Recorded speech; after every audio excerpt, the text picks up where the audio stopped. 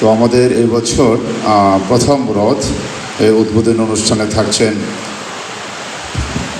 সরকারের স্থানীয় সরকার ও পল্লী উন্নয়ন ও সমবায় মন্ত্রী জনাব ফখরুল ইসলাম আলমগীর সাহেব। উপস্থিত থাকবেন মাননীয় প্রধানমন্ত্রীর বিশেষ সহকারী শ্রী বিজনকান্তি সরকার, প্রতিমন্ত্রী পদমর্যাদায়। উপস্থিত থাকবেন মাননীয় প্রধানমন্ত্রীর প্রিন্সিপাল সেক্রেটারি এবং হিন্দু কল্যাণ ট্রাস্টের ভাইস চেয়ারম্যান তপন মজুমদার সহ বিএনপির কিছু নেতৃবৃন্দ এবং স্থানীয় বিএনপির নেতৃবৃন্দ। আমাদের মাঝখানে 19 তারিখ সংস্কৃতি মন্ত্রী শ্রী নিতাই রায় চৌধুরী থাকবেন এবং সেই সাথে আমাদের রামকৃষ্ণ মিশনের মহারাজ, গৌড়ীয় মঠের মহারাজগণ, তারপর আমাদের বুদ্ধিস্ট একজন ভিক্ষু থাকবেন, একজন ফাদার থাকবেন।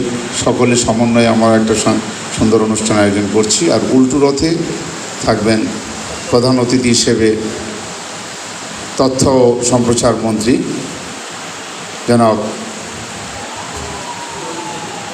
স্বপন সাহেব, জহিরুদ্দিন স্বপন সাহেব, এবং উদ্বোধক হিসেবে থাকবেন ঢাকা দক্ষিণ সিটি কর্পোরেশনের সম্মানিত প্রশাসক আব্দুল সালাম সাহেব এবং স্থানীয় আমাদের মহানগর পূজা কমিটি ও পূজা উদযাপন পরিষদের সম্মানিত নেতৃবৃন্দগণ ঢাকেশ্বরী মন্দিরে উপস্থিত থাকবে।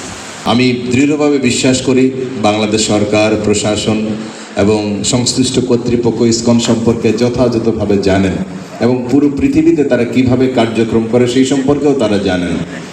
তো সরকারের তরফ থেকে আমাদের প্রতি আন্তরিক সহযোগিতার আমরা এখন পর্যন্ত মনে করছি না কোনো অভাব আছে।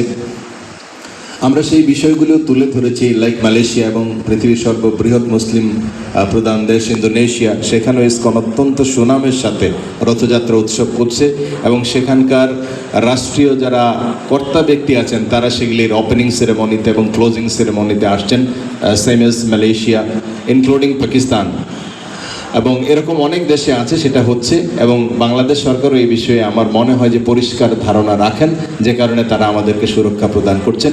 যেহেতু একটা গণতান্ত্রিক দেশ, অনেক